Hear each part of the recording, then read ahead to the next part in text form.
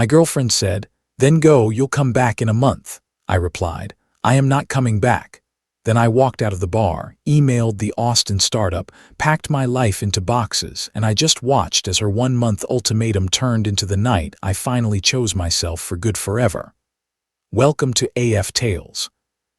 Today's story is about a man whose girlfriend tries to block his dream job and publicly bets he will crawl back to her within a month. As you listen, think about the moment where you would have walked away. I am 26, a software developer, and until 3 weeks ago, I thought I had my life set. I lived in Portland, worked remotely for a decent company, and had been dating my girlfriend Lena for 2 years. Things felt stable, comfortable, safe. Then the Austin offer came. In March, a startup in Austin reached out. They wanted me as their lead developer. The salary was almost double what I was making. There were equity options and a chance to build something from the ground up. It was the kind of offer that changes the direction of your career. I was excited. I read the email 3 times and was already imagining what life could be like in a new city. Then I told Lena. "Austin," she said, looking up from her phone. "That's like what, 2,000 miles away?" "Roughly 1,800, I said. "But yeah." "And you're seriously considering it?" she asked. I tried to explain the opportunity, the growth, the money, the experience. I told her how it could set us up for the future. She listened with her arms crossed, jaw tight. When I finished, she said, "So you're just going to abandon me for money?"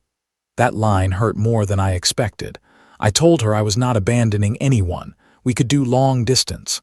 I would fly back once a month, video calls every night. We could make it work. She shook her head.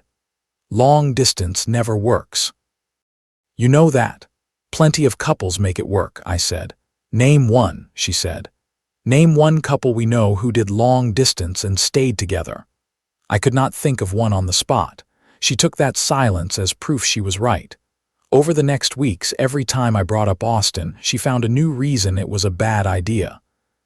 Austin was too hot. The startup could fail, I would be miserable. What about our life here? Her job, her family, our apartment lease? "You're always chasing the next thing," she said one night while we cooked dinner. "When is enough actually enough for you?" I stopped stirring the sauce. "That's not fair," I said. "This isn't about chasing, it's about growth."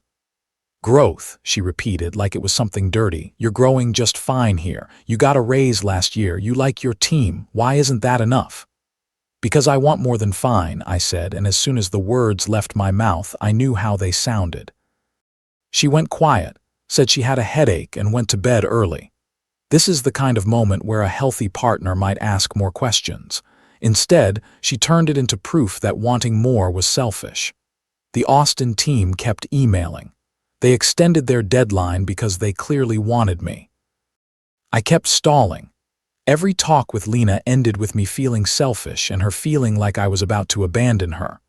I started sleeping badly, lying awake at night, wondering if I was throwing away something solid for something uncertain. By late April, my older brother called to check in. "You sound miserable," he said. "I'm fine," I said. "You're not," he replied. "What's going on?" I told him everything, the offer, Lena's reaction, the guilt, the pressure. He listened quietly, then asked, "Do you want to go?" "I think so," I said. "Yeah, then go." "It's not that simple," I said. "It is," he answered. "You're making it complicated because you feel guilty.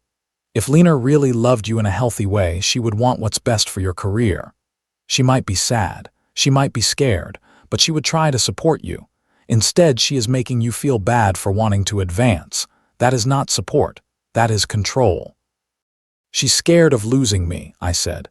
"Then she should be trying to keep you," he said, "not control you." That conversation stayed in my head, but it was not enough to tip me over yet. By May, I had talked myself into staying. I drafted an email declining the offer. When I told Lena I was turning it down, she looked relieved. She kissed me and said she knew I would make the right choice, that we were stronger together. That night, I hit send on the rejection email. My stomach twisted, but I told myself this was the mature decision, choosing love over money, choosing stability. 3 days later, we went to her friend Bethany's birthday party at a bar downtown. The place was packed, music loud, people everywhere. Lena started drinking as soon as we arrived. A cocktail, then another, then shots with Bethany. I was nursing a beer, chatting with people, keeping an eye on her. By 10, her mood had shifted. She was quieter, answering me with short, sharp replies. "Are you okay?" I asked. "I'm fine," she said. Her tone said otherwise. Around 11, I was talking with Bethany's boyfriend Kyle about hiking trails when Lena appeared beside me, face flushed. "Can we go?" she asked. "We just got here a couple of hours ago," I said. "Are you feeling all right?" "I'm just tired. Can we please go?" Bethany watched us with concern. Kyle backed away to give us space. "Is everything okay?" I asked again. "I'm fine," she snapped. "I just want to leave." "Okay, let me just say goodbye to—" "No, forget it." "I want to stay now," I blinked. "What?" I said, "Forget it, I'm fine, go back to your conversation." Her sudden switch threw me off.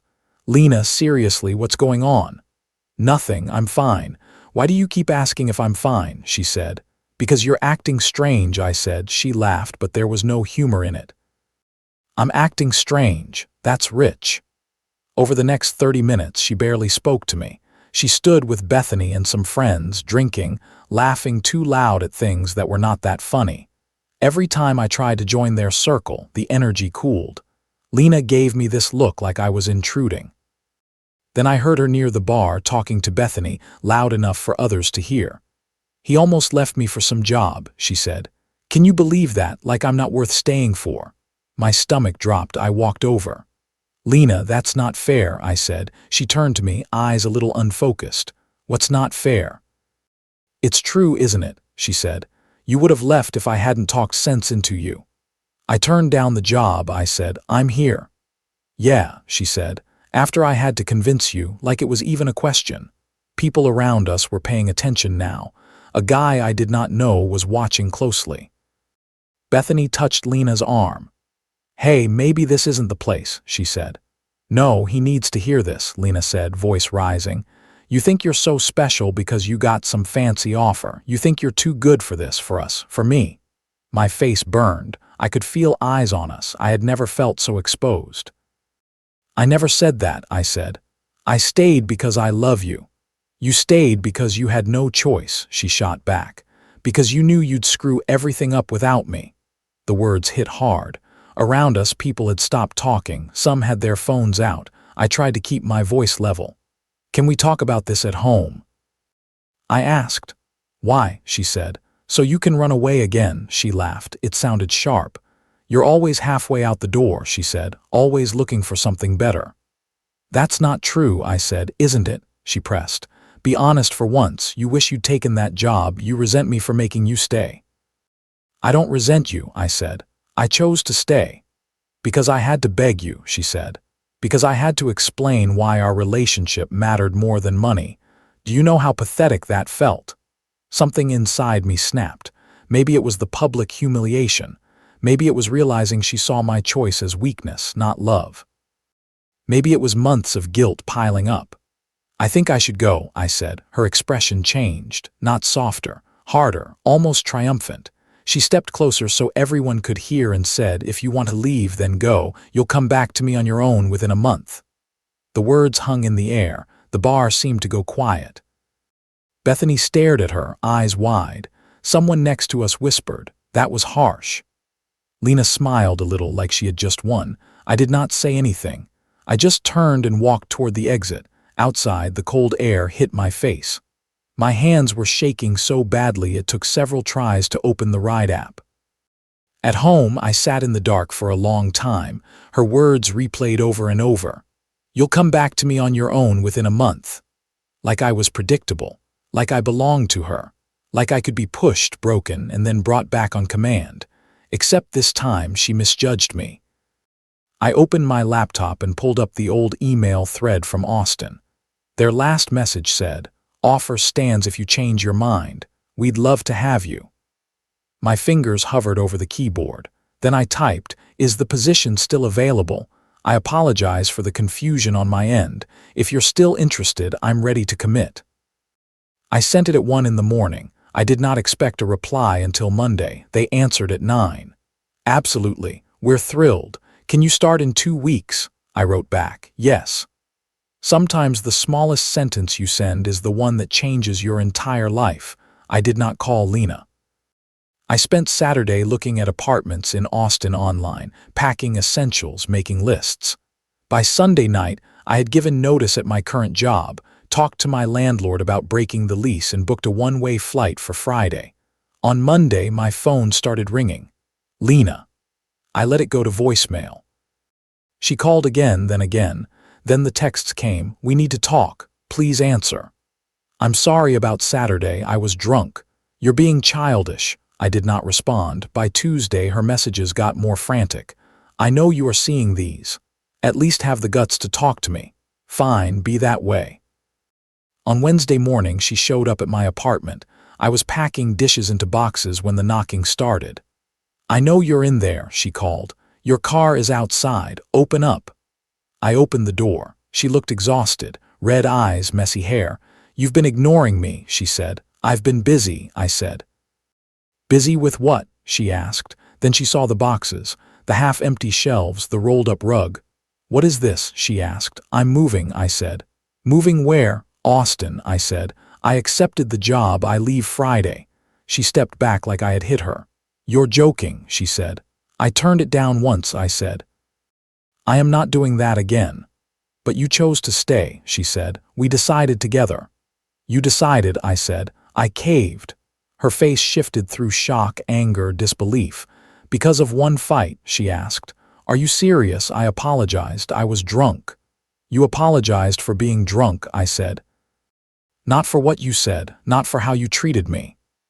I didn't mean it, she said. Yes, you did, I replied. You meant every word. You wanted everyone to see that you had me under control, that I would never leave. Her hands trembled. That's not. I was just upset, she said. You kept bringing up that job for months like this wasn't enough for you, like I wasn't enough. So you made me feel guilty for wanting to grow, I said. You made me feel selfish for having ambition. I made you see reason, she said. That job could have destroyed us. No, I said quietly. You destroyed us Saturday night.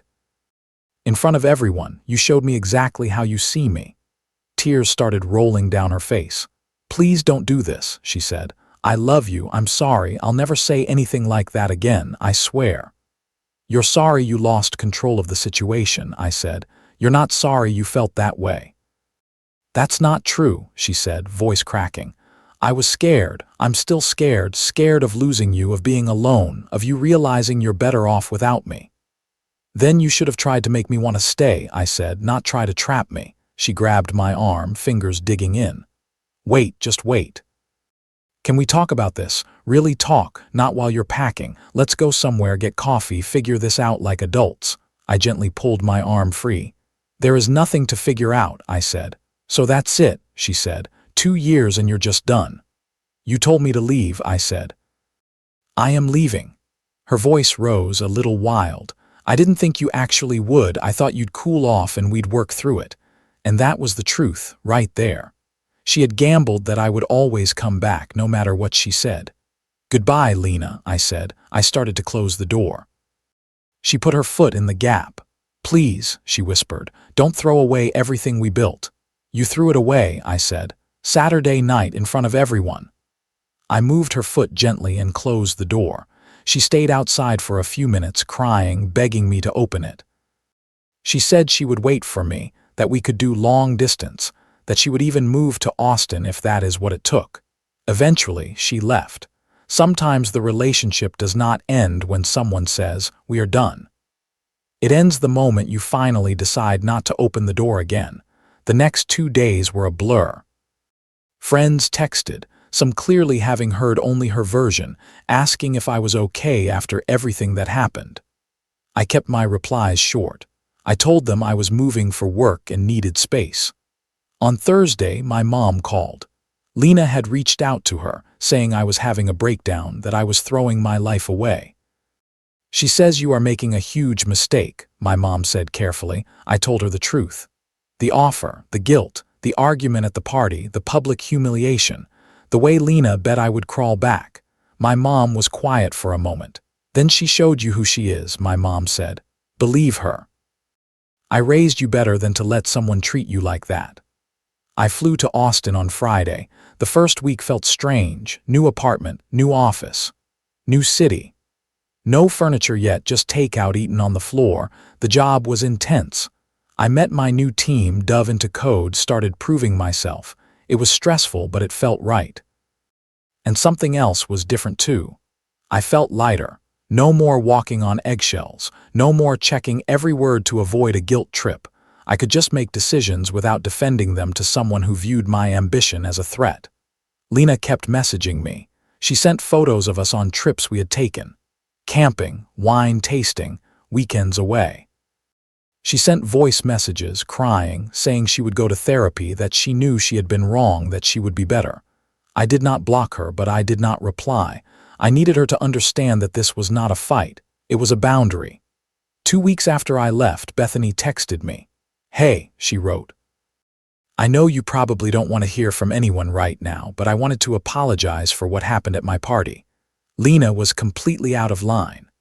Also, she's been telling people you abandoned her without warning and that you planned to leave all along, which is not true. Some of us see through it. Hope Austin is treating you well. I thanked her and told her the job was great and that I had no regrets. 3 weeks in, Lena's messages changed. You're really not coming back, are you? I can't believe you'd throw away everything we had over one stupid night. You're making a huge mistake. Fine, have a nice life. On day 24, 6 days before her 1-month deadline, my phone rang late at night. It was Lena. Against my better judgment, I answered. What do you want? I asked. I miss you, she said quietly. No, just listen, please. She took a shaky breath. I've been thinking about what I said and how I treated you, she said. I was scared, terrified actually. Scared that if you left, you'd realize you didn't need me, that you'd find something better, someone better. So I tried to make you stay by making you think you couldn't survive without me. I know that's toxic. I know I was manipulative. I know I was wrong. It was the most self-aware thing she had ever said. For a moment, I almost felt bad for her. But here's the thing, she continued, her voice hardening. You proved me right. You did leave. You did choose something else over me, so maybe I was scared for a reason. And just like that, the sympathy was gone. I chose myself, I said. That is not the same thing. It feels the same from here, she said. Then you're not paying attention, I said. I gave up that job for you. I was willing to stay. But you couldn't just be supportive or grateful. You had to make me feel small for even considering it. You humiliated me in public to prove you were in control. That is why I left. Not because I chose something over you, but because you made it impossible to choose you without losing myself. Silence. I'm sorry, she whispered. I know, I said, but sorry does not fix it. So what now? She asked. Now you move on, I said. And I do the same. Just like that, she asked. Just like that, I said. She made a sound that was half laugh, half sob. You really won't come back, she said. Not even to talk, to see if we could fix this. There is nothing left to fix, I said. You broke something that cannot be repaired. She was quiet for a long time. I hope you're happy there, she said finally. I really do. I hope you take care of yourself, I said. I hung up. She did not call again. It has been 3 months now. The job is challenging in all the right ways. I am making friends here. People who know me as the guy who loves spicy food, rock climbing, and hunting for the best breakfast tacos in Austin. They don't know the old story unless I choose to tell it. I heard through mutual friends that Lena is dating someone new, some guy from her gym. Good for her. I honestly hope she treats him better than she treated me.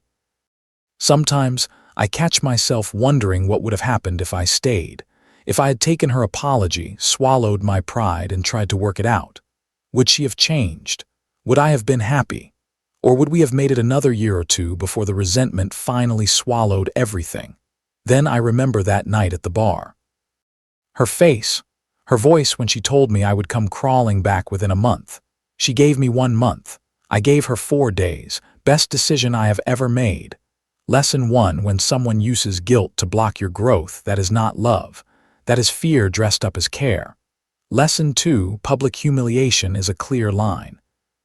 If a partner puts you down in front of others to prove they are in control, believe what they are showing you. Lesson 3, choosing your own future is not the same as abandoning someone. You are allowed to pick yourself without being the villain in their story. Lesson 4, a sincere apology takes responsibility without twisting the blame back onto you. If I was scared turns into you proved me right. The pattern has not changed. Lesson 5, the right person will not make you feel selfish for having ambition. They will feel scared sometimes, but they will still root for you to grow.